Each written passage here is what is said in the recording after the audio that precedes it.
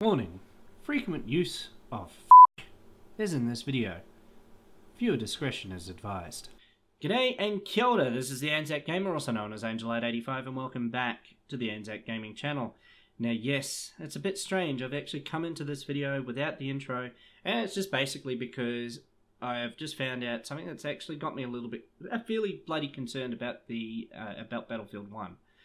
A game that I've been waiting or really excited about since I played in the beta. The thing that's got me a bit concerned was that I went hunting. We're getting so close to the launch. We actually haven't. My community, we've gone looking to rent servers. Rent 1 or 2 servers, get them ready to get them kind of ready to go, or have them ready to go on the day of launch. Probably wouldn't get them on the day of the launch, but would have them ready, up and running on launch day. However, in my sleuthing, because I'm a super Google sleuth, I came across a thing that I don't particularly agree with, because it is, at the end of the day, anti-consumer. It's anti-competition. It's not going to be good for. I mean, if they fuck this up, they're going to destroy Battlefield 1 within the first year, just like they've done Battlefront, with the so-called design choices. So here it is. I will link in the description below. I will put the link to this thing so you can read it yourself, and it's actually from the Battlefield forums, which is actually an EA. It's EA moderated. EA owns it. It's EA's official forums for Battlefield. So it's about the RentAServer program. So here it is. What is the RentAServer program for Battlefield 1? This will let you set up your own private and public Battlefield 1 servers and with control of different gameplay options to map rotations. Thanks to these customization options, you'll be able to create games that suit the playstyle for you and your friends. So far, so good. How do I rent a server? You'll be able to rent a server through the in-game store of Battlefield 1. Convenient. In the past, servers were handled by third-party competitors. Now, EA is providing them directly. Oh, fuck. We think this will benefit you in several ways. No, it won't. First off, we will be able to secure the quality of the actual hardware, because competition doesn't do that for you already. Since the servers come from the same provider, unlikely, it will give everyone the same uniform experience. If they're coming from the same service provider, is that same provider going to provide servers through EA to the different parts of the world? So we're going to have servers based on the west coast of the US and the east coast of the US, and we're going to have servers based in South America, we're going to have servers based in Canada, you're going to have servers based in Europe and the UK and Britain, are you going to have servers based in Australia and New Zealand, are you going to have them based in Asia, and are you going to have them based everywhere? Because if not, that experience isn't going to be uniform, because fuck, if I've got to connect from here in Australia to Western, I think the closest for me would be West Coast USA, my ping's going to be a bitch. It's going to be around 300. And in a competitive shooter like Battlefield 1, I'm going to get fucking owned because of lag. It's going to be laggy as all shit. Anyway. Furthermore, if you have questions or need help, you'll be able to reach out to EA support directly instead of third-party support. I don't know if anybody's actually ever had to deal with EA support, but a lot of people that I know personally have had to deal with EA support, and it's not a pleasant experience. But what the fuck are you going to do? You can't go in. What are you going to do? You're going to go somewhere else? Good luck. When will I be able to rent servers? Now here's where it gets really stupid. You'll be able to rent servers close after the launch of Battlefield 1. Stay tuned for a more exact date. Really? You're not going to make the servers available to rent on launch day? Are you guys fucking mental? Like, what? Like, are you going to tell me that the only servers I'm going to be able to access are fucking servers with people, right, with doing racial slurs and swearing and just calling out everyone that's better than them as hackers and being basically dickheads? Like, really? Are you going to tell me that the only servers I'm going to have at launch are the official EA DICE servers where there is no active admins to kick hackers and cheaters and glitches and exploiters? Is that you telling me that and stats padders? Are you telling me that the only servers that I'm going to be available to play at launch are the official EA and DICE servers where people have just basically drive you into spawn or drive, and makes for boring gameplay? Are you kidding me? Really? What customization options will the players have? On a rented server, players will be able to customize gameplay aspects like server name, map rotation, game mode, various gameplay settings, and more. What's the and more? Am I going to have admin tools to kill, kick, and ban? The things what is good though is that they've said you'll be able to customize your map rotation and game mode, because at the end of the day, after a few weeks, after about the first month, we all pretty much find out which maps are arse and which modes are just not good for what maps. So you end up pairing up the maps with the game mode that best suits. Like, not all maps are created equal, and not all maps suit all game modes because of that. So some maps actually have a really well done rush, but the conquest sucks. Some have really good conquest, but the rush sucks.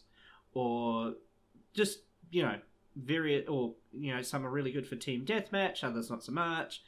Some have really good varying gameplay across the map, like one of the recent maps that were the free maps that was given out for Battlefield 4.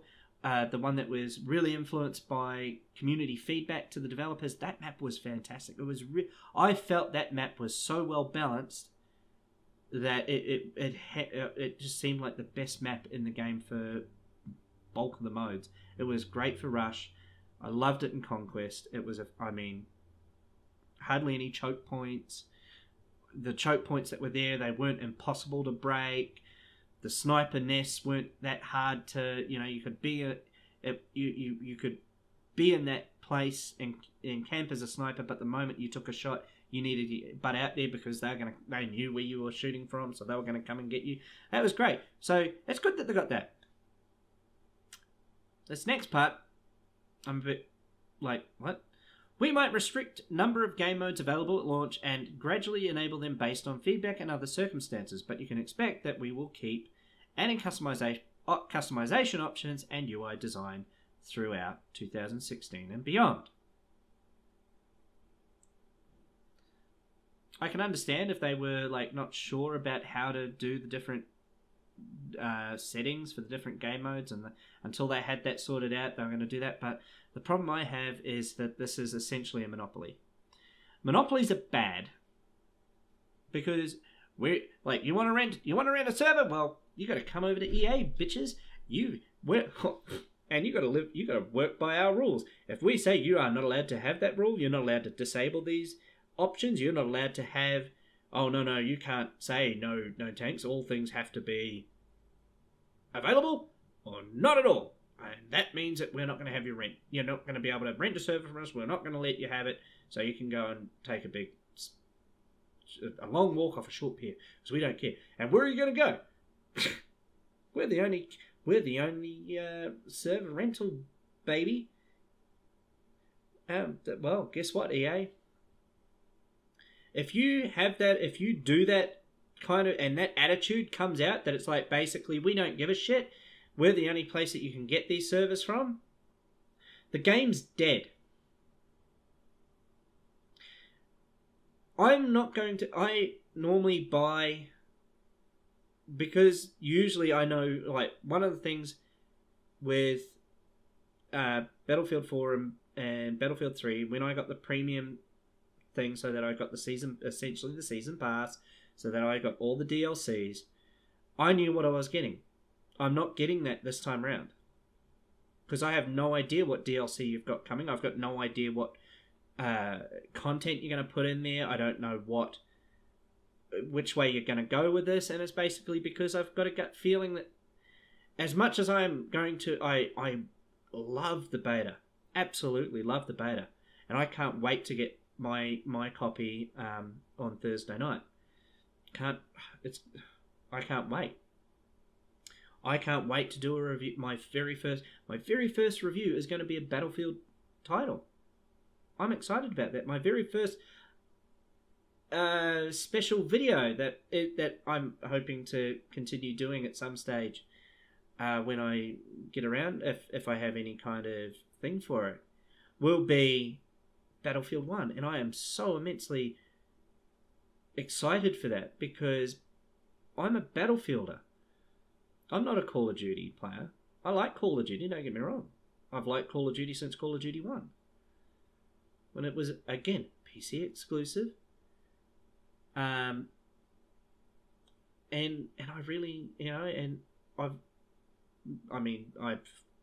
don't like Call of Duty now. I just don't like the way it is. The fact that it's been annualized, it comes out every year. It's just like, give it a rest. It's pretty much the best way to kill a great franchise. I thought the Call of Duty was good. Anyway, back on the thing. One of the things that we don't know either is how much the damn thing's going to cost. What I've got here is rental servers costs will vary depending on the length of your rental and whether you're playing on PC or console. Stay tuned for exact pricing info. Well, basically, since EA is going to be the only horse in town, they get to pretty much set the price themselves. They could make it that if you want a 32 slot server for PC, it's $100 a month. Actually, that's actually about what I think Battlefield 4 was on launch. Let's make it even $100 for a 12 slot server, so a 6v6 server. $100 for that? Really? And then your customization options could be bugger all, and 6v6 doesn't suit things like Conquest. It's okay. It might be okay for not even Rush. Wouldn't be really good for the operations mode or one that where you have the different zones that you've got to take over, and it's like that sort of thing. You have kind of thing. Like this is bad. This is really bad. You've taken the competition out of it. And I'm pretty sure somewhere, I'm actually pretty sure in, I could be wrong on this. I could be very wrong on this. But I'm pretty sure, because this is an American-based thing, they can be done under antitrust laws. I think. Either way, I'm pretty sure that there is some sort of thing here in Australia which may make, I don't know, if they where they, I don't know, there's something a bit fishy about it, and I'm not 100% sure if what they're doing may even be legal. But then again, they're a big company. I'm pretty sure the lawyers have already looked into it and said, oh no, there's no, we're good, we can do this. But at the end of the day, this is anti-competitor. This is actually, it may not actually get through Europe, because Europe has very very strict anti-consumer laws. So it's going to be interesting come European things, because I've heard that things like Apple can't use a lightning connection. They have to use industry standard micro USBs for their chargers. They can't have their own proprietary stuff because it's anti-consumer, it's anti-competition and stuff like that. So it's going to be interesting on how that's going to go in Europe. So, but like here's my big question: if they're going to have a RentAServer program, where are the servers going to be based? Around the globe. Are they going to be based global? Like, are they going to base them? Are they going to base them for local people, Or are they going to just go, nah, we're just going to make this, if you want a server, it's in America and tough tit. Okay. One of the customization, like, there is a ton of reasons why. Mainly, I mean, I know it's a PC thing, but it benefits console gamers as well. That we can do this sort of thing, where we can own and operate the servers ourselves, or rent the servers and operate the servers ourselves. We can put things in like high ping kicks, so that you don't end up with 300 ping people on the server causing issues. You can lock it down by local thing, and that's what we used to do with our servers. If you tried to log in from anywhere that was outside of Australia and New Zealand, you were kicked. It was an Australian New Zealand only server, and it was just to prevent high pinging, and it was a server provided by Anzacs for Anzacs. It wasn't for anybody outside of Australia and New Zealand. Which was a shame, because we did have one member that was actually overseas. I think he was somewhere based out in North America, but he would come on around the same time that we'd be playing, and we actually put him in the exclusion so that he wouldn't get kicked if his ping went through the roof. Thankfully, most of the time his ping was always around the 200, so it wasn't too bad. Our ping kick was set to 400. And that was on Bad Company 2. On Battlefield 4, we actually just put an actual global kick, basically. If you were outside of Australia and New Zealand, sorry, you can't play on our servers. Being able to admin the servers, we can get onto hackers pretty quick and get them off the server. If people being disrespectful, creating a toxic environment in game, we can get rid of them. And that's what we want. I don't want to be on, this is why we do it. This is why we have, I'm not going to say that all privately rented servers are full of these great and wonderful admins. But we are a majority. And here it is. It's the old adage of vote with your wallet, vote with your feet.